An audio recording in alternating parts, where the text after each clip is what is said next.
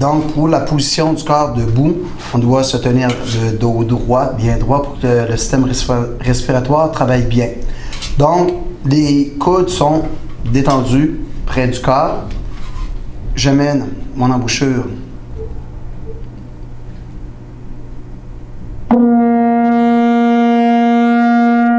donc l'air sort naturellement avec ma prise d'embouchure.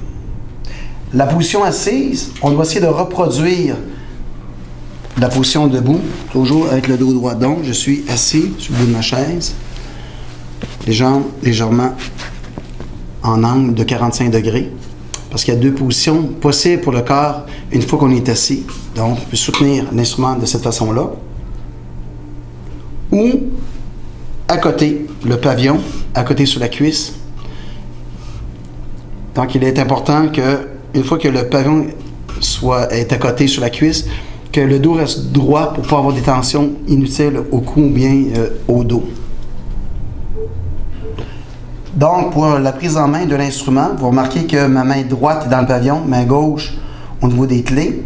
Donc, la main droite sert à contrôler la sonorité. Tous mes doigts sont rassemblés ensemble pour former une espèce de grosse cuillère, légèrement incurvée comme ça. Je place ma main droite vers l'extérieur du pavillon, de telle sorte que quand je vais donner, je vais faire une sonorité, mais ça va être un son qu'on recherche, donc un son riche, un son rond.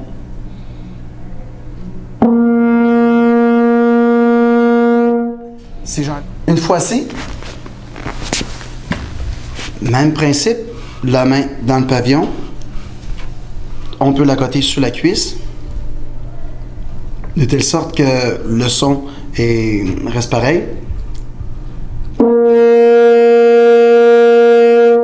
Bien faire attention que le dos reste droit, qu'il n'y ait pas de tension au niveau du cou ni au niveau des épaules. Concernant la position de la main gauche, le petit doigt s'insère au crochet et les trois autres doigts au niveau vis-à-vis les clés.